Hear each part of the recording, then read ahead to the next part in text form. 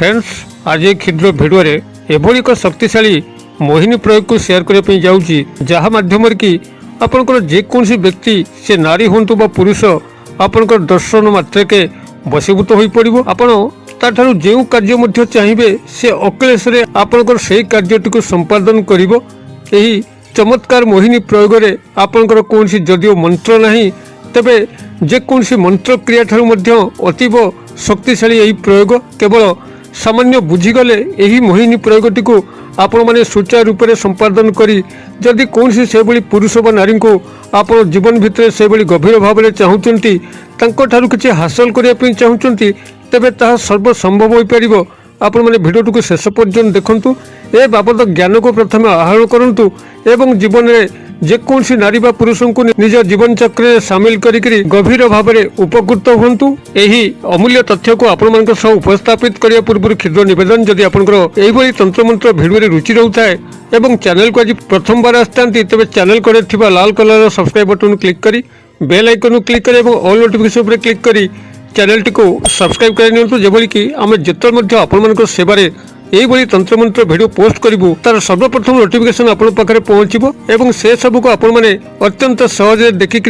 किसी ज्ञान आहरण करेंगे। तेज फ्रेंड्स एवं आसतु सीधा सड़क नजर पकेबा यही चमत्कार मोहिनी प्रयोगटी को आपण मैंने किभली संभव करेंगे जो थी कि आपंकर कौन लेस मात्र मंत्र नहीं मात्र मंत्र शक्ति ठारू अतीव चमत्कारी प्रयोग आपंकर गोटे थरर प्रयोग रे ही से व्यक्ति नारी बा पुरुष आपंकर संपूर्ण आधीनता वश्यता स्वीकार करिवो एवं कौन जेते बड़ कठिन कार्य होता सी आपण कर बसो। आपण मैंने यही क्रियाटी को जेकोसी दिन संध्या पर ठारू ही रात्र भितर प्रयोग करें। मन रखु आपंकर प्रयोगर समय रहिबो संध्या पर ठारू रात्र 12टा मध्य आपण मैंने कौन करेंगे यही मोहिनी प्रयोगटी को संपादन करने भल कि ध्यान भाव में शुणु जद्वारा कि कौन सी पॉइंट आपंकर मिस हम ना किंबा आपण यही मोहिनी प्रयोग में विफल हे ना। आपको एथपाई प्रथमतः संग्रह करा पड़ो गोटे सादा धड़ा कागज जो थे कि कौन सी गार पड़ न से सादा धड़ा कागज ठीक मध्यम स्थल में आपंकर से ही व्यक्ति पुरुष बा नारी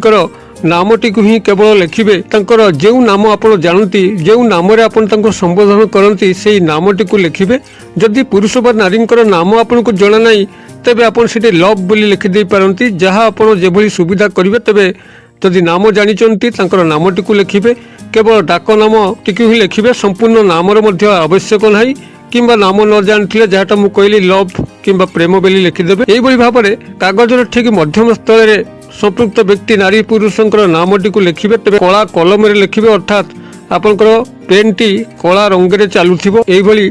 ब्लैक इंक रे आपण तार नामटी को कागजर ठीक मध्यम स्थल रे लिखिबे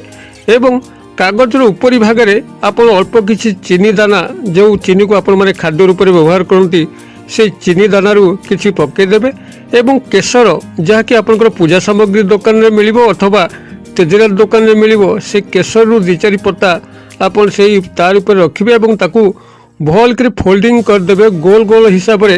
ताकू आपनकर फोल्डिंग कर देबे जे भली भाबे गोटे रोल हे जिवो से कागज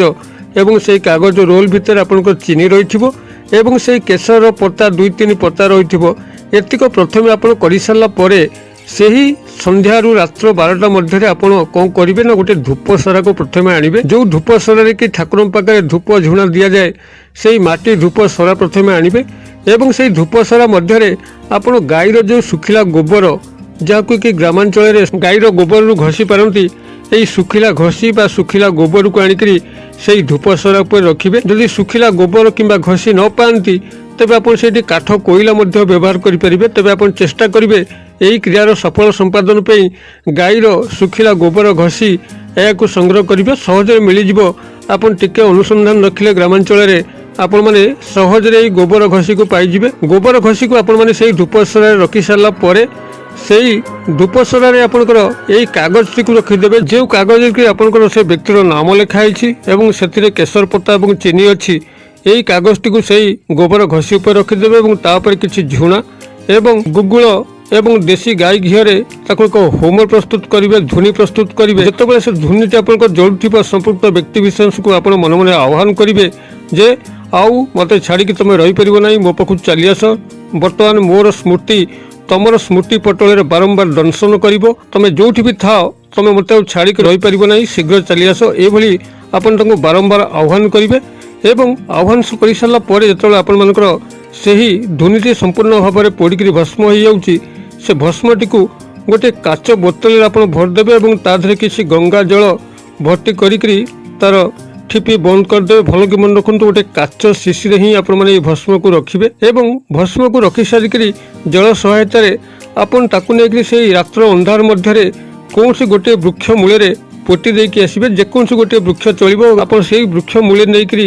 ଏହାକୁ ଭଲ ଭାବରେ ପୋତି ଦେଇକି ଆସିବେ। ଆପଣମାନେ ଗୃହକୁ ଫେରିକରି ଗୋଡ଼ ହାତ ମୁହଁ ଧୋଇବେ। ମାତ୍ର ଗୋଟିଏ ଥରର ଏହି ଚମତ୍କାର ପ୍ରୟୋଗ ଯଦି ଆପଣମାନେ ଏହାକୁ ନିଷ୍ଠାର ସହ କରିଦେଲେ, ଅର୍ଥାତ୍ ଧୂନି ପ୍ରସ୍ତୁତ ସମୟରେ ଯଦି ସମ୍ପୃକ୍ତ ବ୍ୟକ୍ତିବିଶେଷକୁ ସେହିଭଳି ଗଭୀର ଭାବରେ ଆହ୍ୱାନ କରିଛନ୍ତି, ତେବେ ଏହି ମୋହିନୀ କ୍ରୀଡ଼ାର ଯେ ଅଧିଷ୍ଠାତ୍ରୀ ଦେବୀ, ସେ ଆପଣଙ୍କର ଡାକ ଶୁଣିପାରିଥାନ୍ତି ଏବଂ ସେ ବ୍ୟକ୍ତି ଯେଉଁଭଳି କ୍ରୂର ପ୍ରକୃତିର, ଭୟଙ୍କର ପ୍ରକୃତିର ହେଇଥାଉ ନା କାହିଁକି, ଯେଭଳି କଠୋର ପ୍ରକୃତିର ନାରୀ ବା ପୁରୁଷ ହେଇଥାଉ ନା କାହିଁକି, ଆପଣଙ୍କର ବଶ୍ୟତା ସ୍ୱୀକାର କରିବା ପାଇଁ ବାଧ୍ୟ ହୋଇଥାଏ। ସେହି ସମୟରେ ଏକ ତଡ଼ିତ ପ୍ରବାହ ତାର ମସ୍ତିଷ୍କରେ ଆଲୋଡ଼ନ ସୃଷ୍ଟି କରେ ଏବଂ ଆପଣଙ୍କ ପ୍ରତି ଢଳିବା ପାଇଁ ବାଧ୍ୟ କରେ। ଯେଉଁଠି ବି ଥାଉ, ଆପଣଙ୍କର ଗୃହ ପାଖରେ ଥାଉ କିମ୍ବା ଆପଣଙ୍କ ଠାରୁ ଅନେକ ଦୂରରେ ଥାଉ, ସେ ଆପଣଙ୍କୁ ତତ୍କାଳ ଆସି ଦେଖା କରେ ଏବଂ ଏଭଳି ଭାବରେ ମୋହାଚ୍ଛନ୍ନ ବଶୀଭୂତ ହୁଏ। ଆପଣ ତାଙ୍କୁ ଯାହା ମଧ୍ୟ ଜୀବନ ଭିତରେ ମାଗିଥାନ୍ତି ବା ତାଙ୍କ ମାଧ୍ୟମରେ ଯେଉଁ କାର୍ଯ୍ୟ ସମ୍ପାଦନ କରିବା ପାଇଁ ଚାହିଁଥାନ୍ତି, ସେ ତାକୁ ଅକ୍ଲେଶରେ ହିଁ ସମ୍ପାଦନ କରିଥାଏ। ଏକ ଚମତ୍କାର ମୋହିନୀ ପ୍ରୟୋଗ ଯଦି ଆପଣମାନଙ୍କ ଜୀବନରେ କୌଣସି ବା ନାରୀ ପୁରୁଷଙ୍କର ଅଭାବ ଆପଣ ଅନୁଭୂତ କରୁଛନ୍ତି, ତାଙ୍କୁ ଆପଣ ସେଭଳି ଗଭୀର ଭାବରେ ଚାହୁଁଛନ୍ତି ମାତ୍ର ପାଇପାରୁନାହାନ୍ତି, ଏହି ସୂକ୍ଷ୍ମ ମୋହିନୀ ପ୍ରୟୋଗଟିକୁ ବ୍ୟବହାର କରନ୍ତୁ, ଯେଉଁଥିରେ କି କୌଣସି ମନ୍ତ୍ରର ଲେଶ ମାତ୍ର ପ୍ରୟୋଗ ନାହିଁ। କେବଳ ନିଷ୍ଠାବାନ ହୋଇକରି ଏହି ଶକ୍ତିଶାଳୀ ତାନ୍ତ୍ରିକ ପ୍ରୟୋଗଟିକୁ ଆପଣମାନେ ଯଦି କରିପାରିବେ, ତେବେ ଦେଖିବେ କୌଣସି ନାରୀ ବା ପୁରୁଷଙ୍କୁ ଆପଣଙ୍କର ପାଇବାରେ ବ୍ୟାଘାତ ଘଟିବ ନାହିଁ। ଯାହାକୁ ମଧ୍ୟ ଚାହିଁବେ ଆପଣ ତାକୁ ଅକ୍ଲେଶରେ ପାଇବେ। ତେବେ ଏହାକୁ ମହାନ କାର୍ଯ୍ୟରେ ବ୍ୟବହାର କଲେ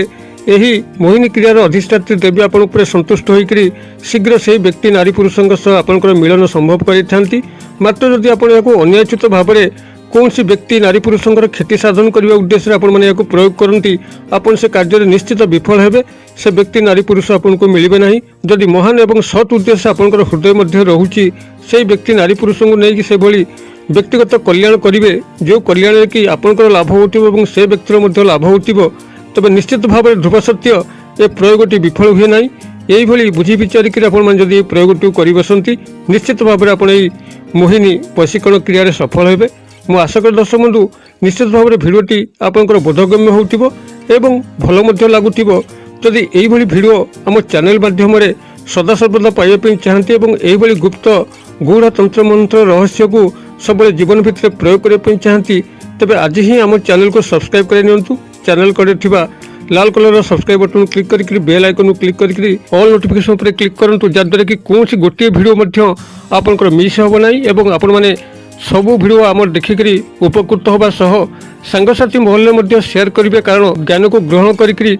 बांटी चलिए आपंकर ज्ञान बढ़े अतएव वीडियो को लाइक करने और शेयर करने भूलें ना। वीडियो क्षुद्र परिसर मध्य मत ये विदाय दिंतु पुणी आप देखा यही एक शिक्षणीय भिडियो से पर्यटन दर्शक बंधु आप समस्त मंगलमय कृपार भले था रहुची।